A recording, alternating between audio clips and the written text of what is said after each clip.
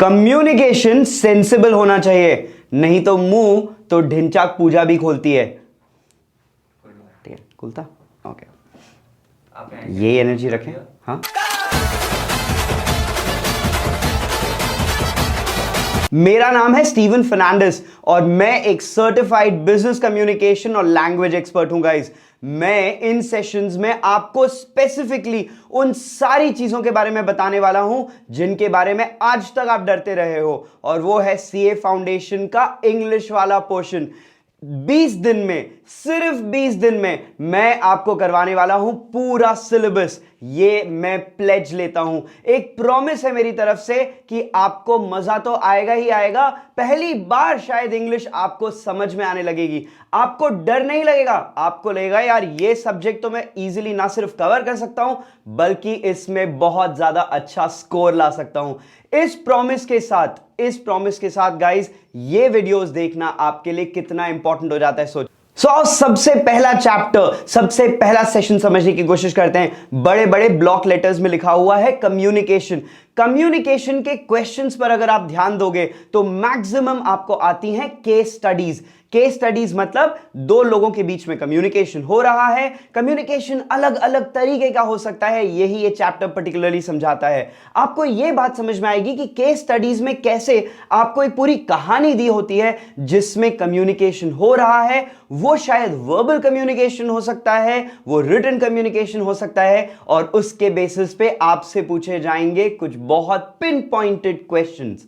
उन pin pointed questions का जवाब देना आपको आना चाहिए, बट उसके लिए बहुत बेसिक सी चीज चाहिए, और वो है कि कम्युनिकेशन के फीचर्स क्या होते हैं, कौन कौन से टाइप्स ऑफ कम्युनिकेशन होते हैं, कम्युनिकेशन में नेटवर्क्स का मतलब क्या होता है, कौन कौन से तरीके के अलग अलग नेटवर्क्स होते हैं कम्युनिकेशन में, और एफिशिएंट कम्युनिकेशन, जैसा मैंने अपने सेशन के बिल्कुल शुरू में बोला था कि मतलब रखने वाला कम्युनिकेशन, मीनिंगफुल एफिशिएंट कम्युनिकेशन कैसे किया जाता है। न सिर्फ कम्युनिकेशन के क्वेश्चंस आंसर कर पाओगे आप, बल्कि आई एम प्रीटी श्योर आपका खुद का कॉन्फिडेंस भी कम्युनिकेशन के साथ बढ़ जाएगा आज के सेशन के बाद। सबसे पहले समझते हैं कि कम्युनिकेशन का प्रोसेस क्या होता है। आपके पास, आपके सामने एक बहुत अमेजिंग सा फ्लो चार्ट दिया हुआ है, और उस फ्लो चार्ट में अगर आप देखोगे तो बात शुरू होती है सेंडर से, यानी मैंने आपको कुछ बात पहुंचानी है, समझानी है, बतानी है, सिखानी है, तो मैं हुआ आपका सेंडर, और मुझसे कम्युनिकेशन निकलेगा, मुझसे कम्युनिकेशन आगे बढ़ेगा।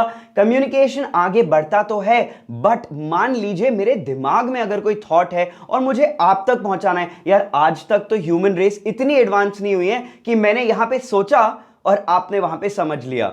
ऐसा होता है जेस्चर्स के थ्रू, दूसरे फॉर्म्स ऑफ कम्युनिकेशन के थ्रू, बट टेलीपैथी जिसे हम बोलते हैं कि मेरा मन आपने पढ़ लिया, दिमाग पढ़ लिया, ये करना बहुत मुश्किल है या ये इम्पॉसिबल सा है। सो इसीलिए हम कम्युनिकेशन को एक माध्यम की वजह से या एक मीडियम की वजह से आगे एक्सप्रेस कर पाते हैं। यही यहां पे मैं मार्क करता जाता हूं आपके लिए कि सेंडर से अगर आप देखोगे तो देखो सेंडर की तरफ से जा रहा है मैसेज, और एक चैनल के थ्रू, चैनल यही एक मीडियम होता है, अलग अलग तरीके के चैनल्स होते हैं जिनको हम यूज करके और मैसेज को आगे तक पहुंचाते हैं, या हमारे थॉट्स को कन्वे करते हैं, हमारे आइडियाज को, बेसिक या ओपिनियंस को कन्वे करते हैं। अच्छा, यहां पे आपने एक वर्ड देखा होगा एनकोडिंग। अब ये भला एनकोडिंग क्या चीज है?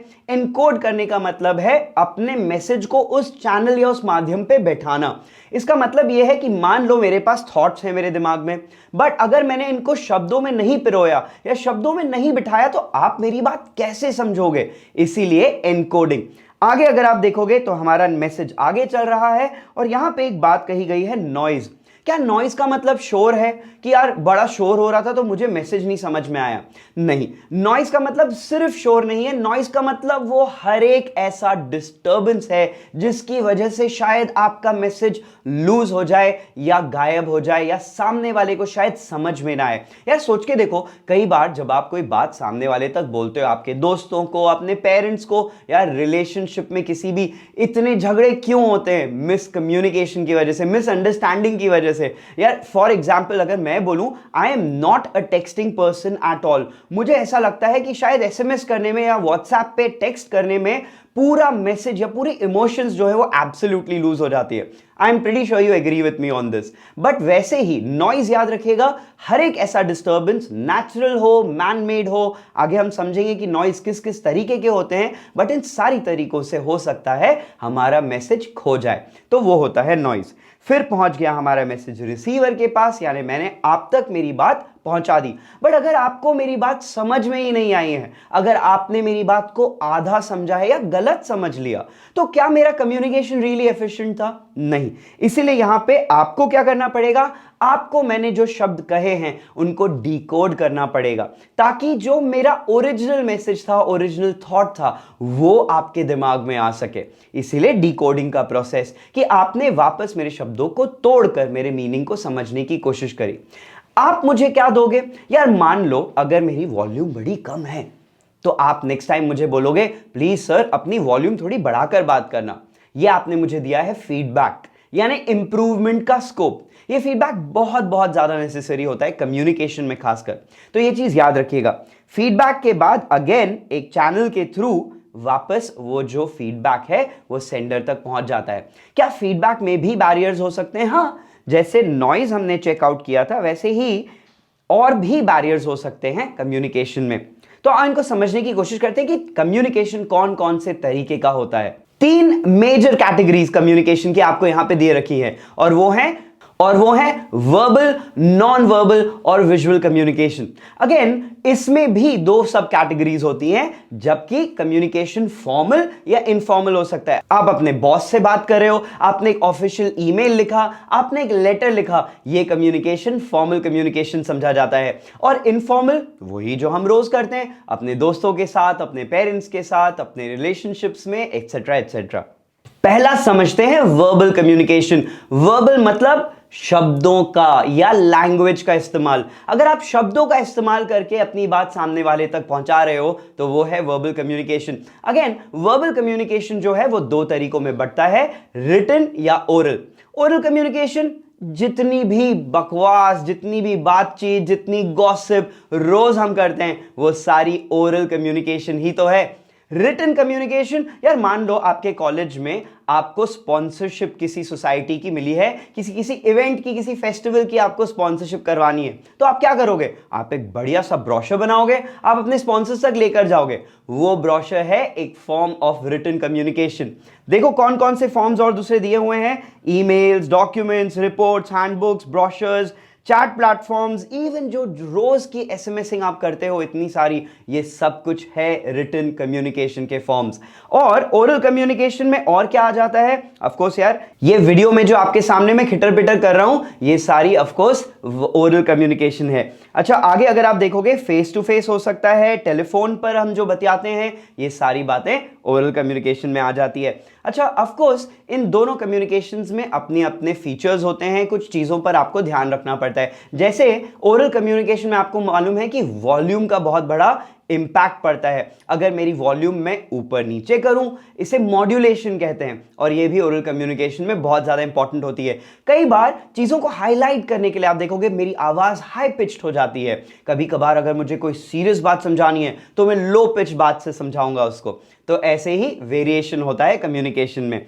अच्छा, एक बड़ा आसान बात यहां पे बोली गई है, और वो है कि वर्बल कम्युनिकेशन सबसे इजीएस्ट और फास्टेस्ट और इसीलिए सबसे सक्सेसफुल फॉर्म है कम्युनिकेशन का। बट अगर आप ध्यान दोगे तो सिर्फ 7%, यानी पूरी दुनिया में कम्युनिकेशन जो चल रहा है उसमें से सिर्फ 7% होता है वर्बल कम्युनिकेशन। तो बाकी का क्या? बाकी और भी दूसरे तरीके हैं, जैसे कि नेक्स्ट हम पढ़ते हैं नॉन वर्बल कम्युनिकेशन, यानी बिना शब्दों का इस्तेमाल करके अपनी बात को सामने वाले तक पहुंचा देना।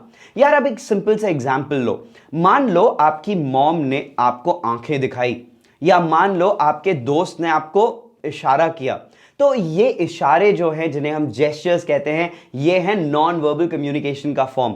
ना नॉन वर्बल कम्युनिकेशन में एक बहुत इंपॉर्टेंट बात है जो मैं आपके लिए यहां मार्क करने वाला हूं। इंपॉर्टेंट बात यह है कि मान लो घर पे आप कुछ हरकत कर रहे थे, कोई हरकत पटक रहे थे, और आपकी मॉम ने आपको ऐसे डेथ स्टेयर दिया, तो ऑफ कोर्स आपको पता है कि कब रुक जाना है, कब मॉम का पारा हाई हो जाएगा और ऐसे ही मान लो आपका दोस्त आपके पास खड़े खड़े कोई इशारा करता है, किसी लोकेशन में आपको पिन पॉइंट करता है, तो आपको पता है कि कब और कहां नजर डालनी है।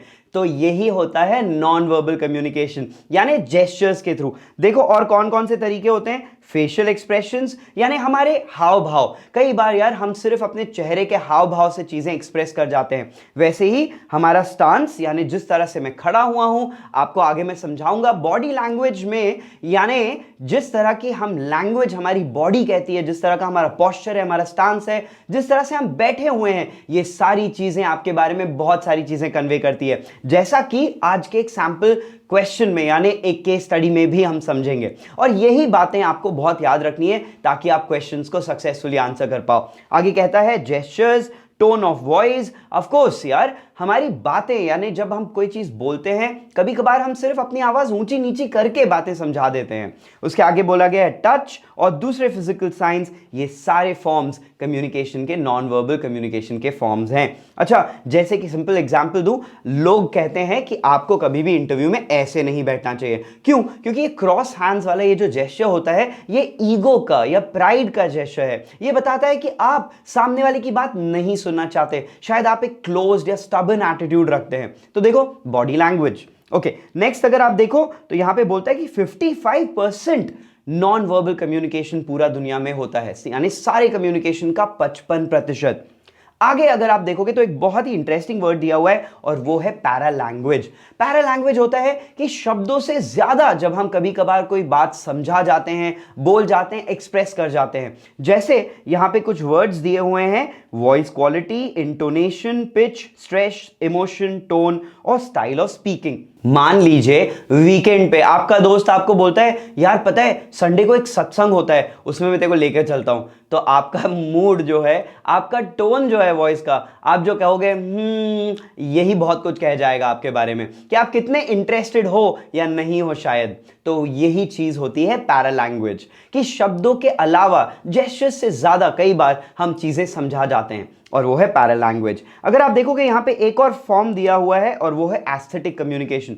यार क्या आपको ऐसा लगा है कभी, अगर आप कहीं बहुत ही सुंदर जगह गए हो, शायद बाइक ट्रिप पे लेह, शायद कुल्लू मनाली, शायद साउथ में कहीं, या इवन गोवा अगर आप गए हुए हो, तो सुंदर सा सनसेट देखकर, यार हरी भरी वादियां देखकर हमारा जो दिल इतना खुश हो जाता है कि सामने वो चीज ऐसा लगता है जैसे आपसे कुछ बोलना चाह रही है, वो पूरी सीनरी आपसे कुछ बात करना चाह रही है और ये समझा रही है आपको कि लाइफ कितनी मजेदार है ना। कई बार ऐसी फिलोसफिकल थॉट्स हमारे दिमाग में आती है, कई बार ऐसे फिलोसफिकल थॉट्स पे हमारे दोस्त हंसते भी हैं हम पर। मतलब डांसिंग, पेंटिंग, स्कल्पचर, म्यूजिक के थ्रू, यार म्यूजिक तो आपको समझ में आता ही है कि उसके थ्रू एक लैंग्वेज लिटरली कही जा सकती है। म्यूजिक से सामने वाले को कुछ बात समझाई जा सकती है, कि कितने गानों से आपको पता होगा आंसू आ जाते हैं यार, कि आपने सुना और आपको लिटरली वो इमोशन टच कर गया। बिल्कुल वैसे ही अगर आप आगे देखोगे तो होता है विजुअल कम्युनिकेशन। अगर मान लीजिए ऐसा एक साइन बना हुआ है रोड पर, तो ऑफ कोर्स आपको पता है कि वहां से आगे नहीं जाना, या शायद वन वे है या नो पार्किंग है। इसका मतलब साइंस, सिंबल्स भी हमसे बातें कह जाते हैं और वो होता है विजुअल कम्युनिकेशन। इसके अलावा अगर आप देखोगे तो आपको फॉर्मल और इनफॉर्मल कम्युनिकेशन की बात करी गई है इस चैप्टर में, और फॉर्मल कम्युनिकेशन तोड़ा गया है। फॉर्मल कम्युनिकेशन के टाइप्स में आपको 3 टाइप्स यहां दे रखे हैं, और वो हैं वर्टिकल, हॉरिजॉन्टल और डायगोनल। वर्टिकल मतलब एक ऑर्गेनाइजेशन में जैसे बॉस से एम्प्लॉय और एम्प्लॉय से बॉस, ऊपर से नीचे जो ट्रैवल करता है कम्युनिकेशन, वो हो गया वर्टिकल। अगर आपके सेम पोजीशन या लेवल पे रहने वालों के बीच में कम्युनिकेशन चल रहा है, यानी आप मैनेजर हो, आपके साथ एक और मैनेजर है, एक और मैनेजर है इस तरफ, तो ये कम्युनिकेशन हॉरिजॉन्टल कम्युनिकेशन कहलाता है। और तीसरा जो टाइप है वो है डायगोनल, यानी अलग अलग लेवल्स पे जो कम्युनिकेशन होता है, वो क्रॉस कम्युनिकेशन को हम डायगोनल कम्युनिकेशन कहते हैं। कम्युनिकेशन अगर आपके दिमाग में थोड़ा बहुत भी बैठ रहा है, तो नेक्स्ट टाइम हम ये बात करेंगे कि कैसे केस स्टडीज को कम्युनिकेशन के बेसिस पे सॉल्व किया जा सकता है। मैंने कहा था शुरू में कि इफेक्टिव कम्युनिकेशन क्या होता है, और इफेक्टिव कम्युनिकेशन में कौन कौन सी बाधाएं आ सकती है, बैरियर्स हो सकते हैं, ये बात भी मैं आपको क्लियरली समझाऊंगा। तो आओ सबसे पहला पॉइंट लेते हैं। यहां दिया हुआ है कि आपका कम्युनिकेशन क्लियर होना चाहिए। क्लियर मतलब आपका मैसेज जो है वो सामने वाले तक अगर पहुंच गया बड़े क्लियर तरीके से, बड़े सिंपल तरीके से, तो आप बोलोगे कि आपका कम्युनिकेशन सिंपल है। सिंपल यानी शॉर्ट भी होता है। अगर आप लंबी चौड़ी बातें कर रहे हो तो यार सामने वाला बोर हो सकता है। उसके आगे दिया हुआ है कंसाइज यानी शॉर्ट और बिल्कुल एलैबोरेट डिटेल्स दिए बिना आपको मेन पॉइंट आपका समझा देना है। अच्छा, अगर आप ऐसे फिलर्स यूज करोगे जैसे यू सी, है ना, तो फिर आपकी बात खो जाएगी।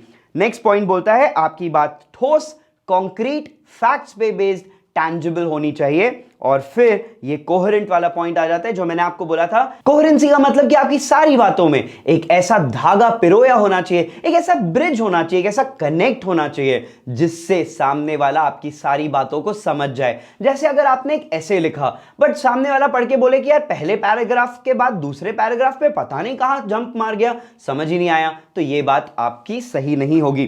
कंप्लीट होना चाहिए, पूरी बात आपको सामने वाले तक पहुंचानी है, आधी अधूरी नहीं तो कम्युनिकेशन सही नहीं हो पाएगा। नेक्स्ट पॉइंट अगर आप देखोगे तो ये बहुत इंपॉर्टेंट है। मुझे तो लगता है कि शायद इंटरनेट पे, वीडियोस पे, यूट्यूब पे खासकर इस चीज की थोड़ी ज्यादा ही जरूरत है। आपका कम्युनिकेशन पोलाइट यानी कर्चियस होना चाहिए। अगर आप दूसरों को दिमाग में रखकर और फिर कम्युनिकेशन करोगे कि सामने वाले की फीलिंग्स कैसी होंगी यार, शायद वो हर्ट हो जाएगा, शायद उसको पसंद नहीं आएगी जो बात आपने बोली, तो फिर आप रिस्पेक्टफुल, ओपन और ऑनेस्ट कम्युनिकेशन कर पाओगे। और ये कम्युनिकेशन का इंपॉर्टेंट पॉइंट है।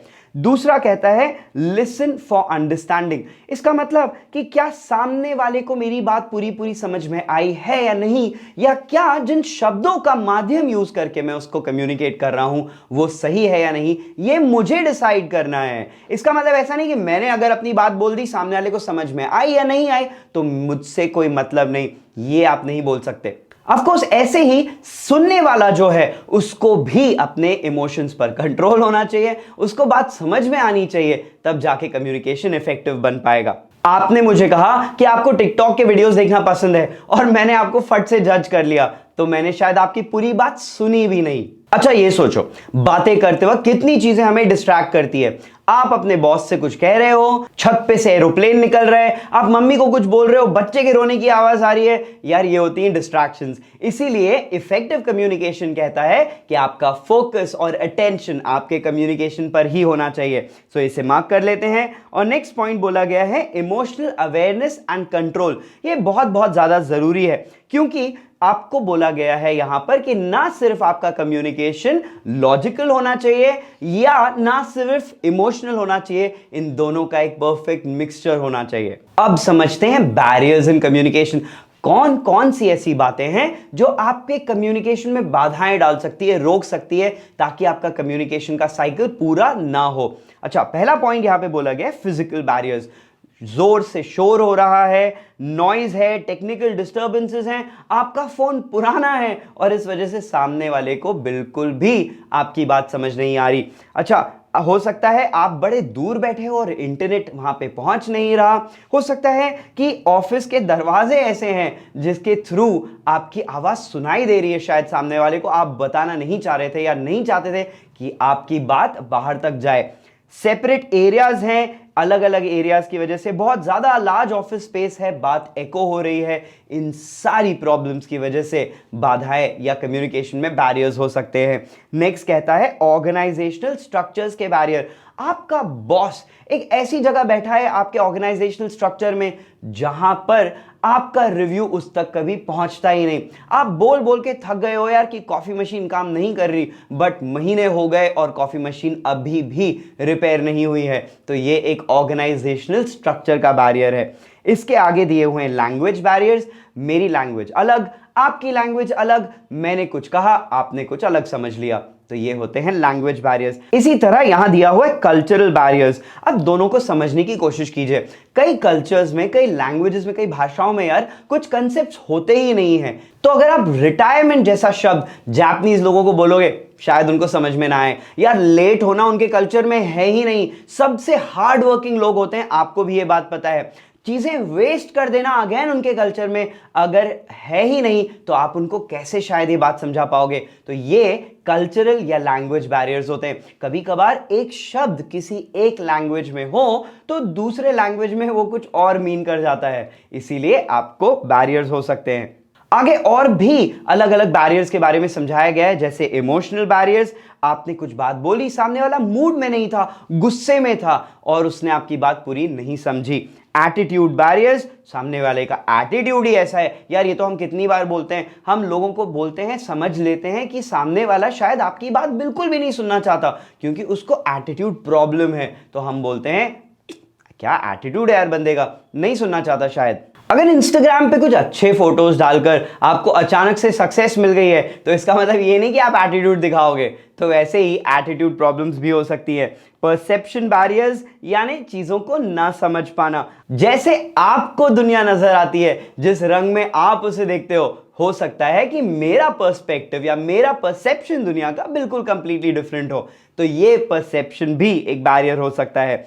फिजियोलॉजिकल बैरियर्स, जैसे कि पुअर आईसाइट, दिखी नहीं आपको सड़क और आप कहीं और घुस गए, तो ये होते हैं फिजियोलॉजिकल बैरियर्स। या हियरिंग डिफिकल्टीज भी लोगों को होती है।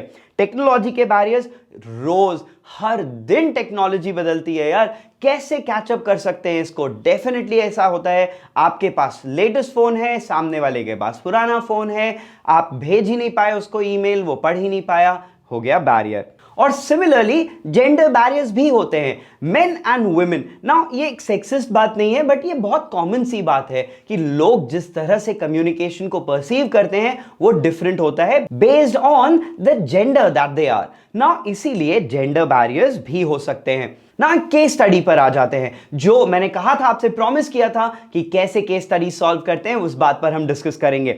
रोहित मल्होत्रा एक फ्रेश एमबीए है एमिटी बिजनेस स्कूल से। अच्छा, याद रखिएगा कि ये केस स्टडी समझते वक्त आपको डिटेल्स मार्क करते जाना है उस केस स्टडी को पढ़ते वक्त, ताकि आगे उन डिटेल्स पर ही सवाल आते हैं, ये बात आपको क्लियर रहे।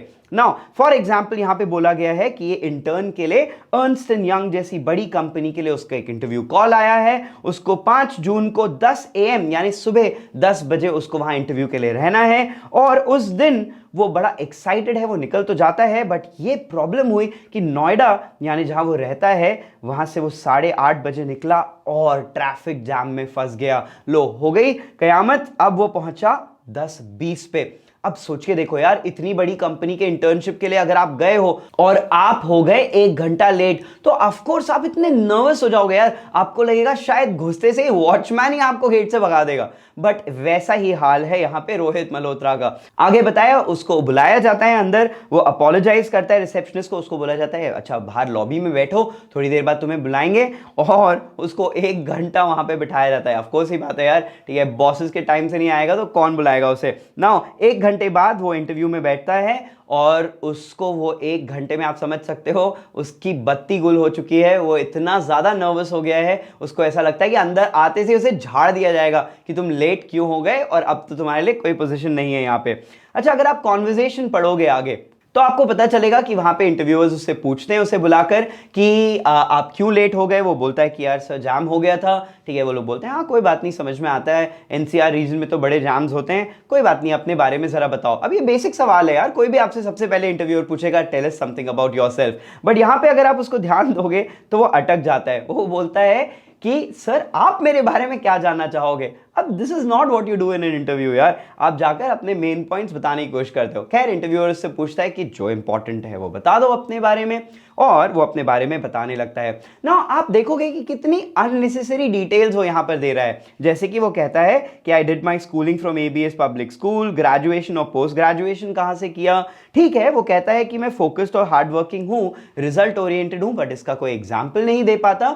और ये सारी बातें वही हैं जो उसके एप्लीकेशन फॉर्म में ऑलरेडी शायद लिखी हुई हैं, जो शायद उसने रेज्यूमे दिया है उनमें ऑलरेडी लिखी हुई हैं, तो इसलिए he has lost out here on an opportunity.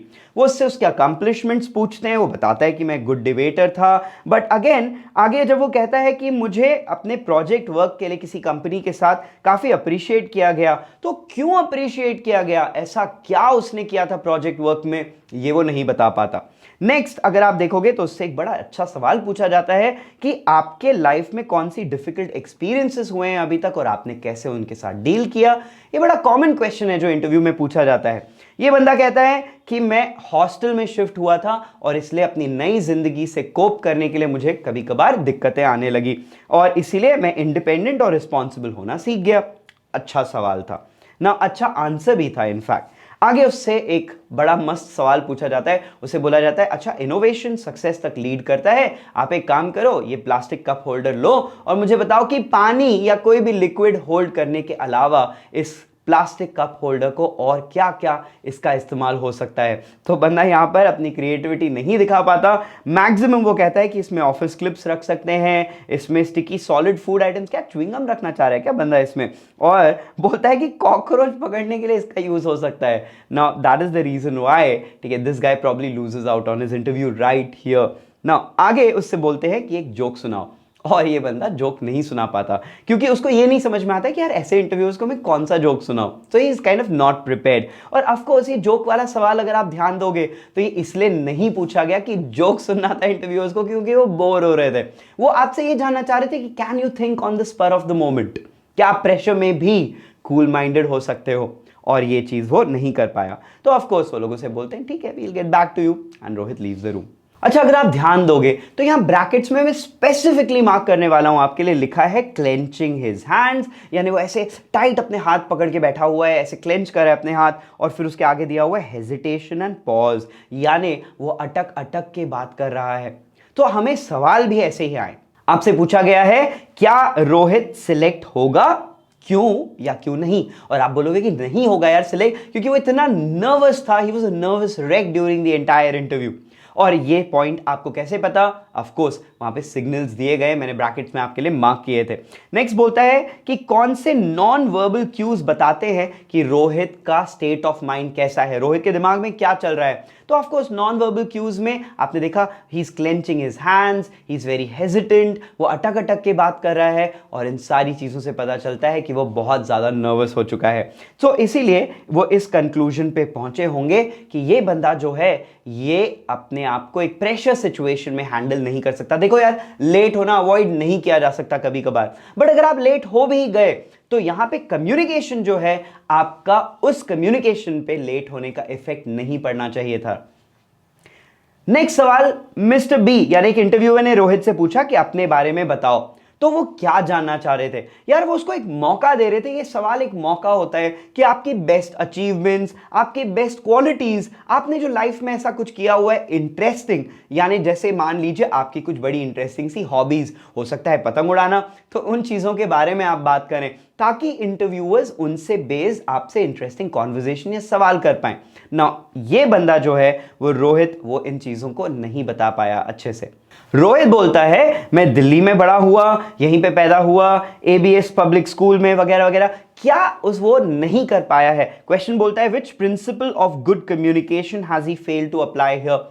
ना सिंपल सा फंडा है कि उसने अपने बारे में अच्छी डिटेल्स नहीं दी, वो ये नहीं बता पाया। जैसे अगर आप आंसर में देखोगे कि उसकी स्ट्रेंथ्स डिबेटिंग में क्या थी, यानी वो पर्सुएड कर पाता है, अच्छे पॉइंट्स बोल पाता है, लॉजिकल बड़ा है, इंफॉर्मेशन या रिसर्च निकालना उसकी स्ट्रेंथ है, ऐसा कुछ भी नहीं बोला उसने। और प्लस उसने अपने डिटेल्स यानी प्रोजेक्ट जो उसने किया हुआ है कंपनी एक्स के साथ, उसके डिटेल्स जैसे मैंने शुरू में बोला था वो नहीं दे पाया। तो इसीलिए उसको ये सारी चीजें बतानी चाहिए थी, कमेंडेशन सर्टिफिकेट मुझे क्यों मिला, अगेन ये वो नहीं कर पाया।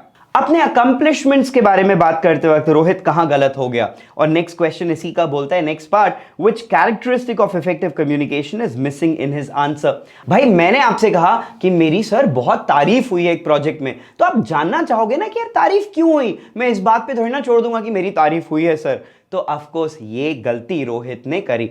और अगर आप फाइनल क्वेश्चन देखोगे तो वो बोलता है कि कौन से बैरियर्स थे इस इंटरव्यू में, तो of course nervousness, emotional barriers जिन्हें हम कहेंगे। वो बंदा इतना ज्यादा नर्वस हो चुका था, वो इतना ज्यादा अपना काम और कंपोजर लूज कर चुका था कि वो इंटरव्यू हार गया ना। ऐसे ही केस स्टडीज कम्युनिकेशन के बारे में आते हैं, जिन कम्युनिकेशन के प्रिंसिपल्स को, बैरियर्स को, इफेक्टिव कम्युनिकेशन के फीचर्स को हमने समझा, वही चीजें आपसे पूछी जाती है। I hope you are absolutely now prepared to answer such case studies for communication. I will see you in my next video. Till then, peace out.